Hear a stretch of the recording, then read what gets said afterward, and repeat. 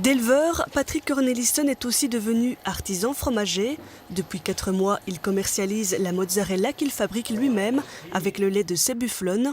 En 2010, cet agriculteur a réorienté son élevage.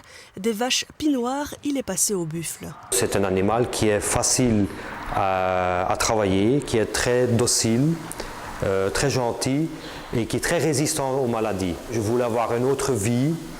À ce moment-là, j'ai dit, ben voilà, et en plus que le prix du lait est en dessous de tout, parce qu'on était à 18 cents à un moment donné, je dis, bon, ça ne peut plus continuer, il faut trouver une solution. L'idée de faire de la mozzarella a fait son chemin. Patrick a visité des élevages, s'est formé en France, mais sans recette et sans conseil, le parcours a été long et jalonné d'embûches pour parvenir à fabriquer aujourd'hui le fromage le plus consommé des Italiens.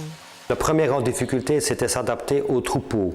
Ça, c'est la première difficulté, c'est-à-dire au niveau de l'alimentation. Il a fallu adapter l'alimentation au troupeau. Deuxième chose, c'était donc de travailler avec le lait. Et là aussi, j'ai miséré à peu près pendant 2 ans pour savoir un peu quel ferment, comment travailler, quelle température. Et donc voilà, c'est vrai que le parcours était assez long, mais je pense que le résultat n'est pas mal pour l'instant.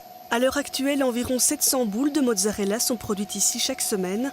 L'objectif à court terme est d'en produire 1000. En plus des boules classiques, des petites perles de mozzarella épicées sont aussi fabriquées grâce à cette machine semi-industrielle achetée en Italie, une filatrice. Mozzarella, dans le langage industriel, on dit fromage à pâte filée. Donc ça veut dire qu'on rajoute de l'eau chaude et puis après, donc le fromage il va chauffer, le caillé va chauffer, il va se mettre à filer, qu'on dit. Donc ça fait comme on défile. Et quand on fait un essai par exemple avec 100 grammes de caillé, quand on rajoute un petit peu d'eau, les bras doivent être trop courts tellement que le fromage doit filer. Pour moi, la mozzarella, elle doit être fondante en bouche. Elle doit avoir un petit goût acidulé, un petit goût du lait et elle ne peut pas être chewing-gum. Voilà, c'est surtout ça. Patrick Cornelisson est le premier producteur belge de mozzarella au lait de bufflonne. Situé à Neuchâteau, c'est aussi là qu'il a débuté sa première vente en février dernier. La première vente, nous avons démarré ici à l'épicerie du centre chez Neuchâteau.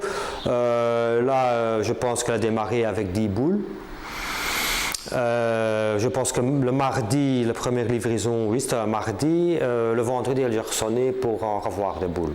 Je me dis, c'est déjà bon signe, mais enfin, je dis, c'est un effet de mode. Je dis, c'est tout nouveau, les gens vont essayer, voir un peu.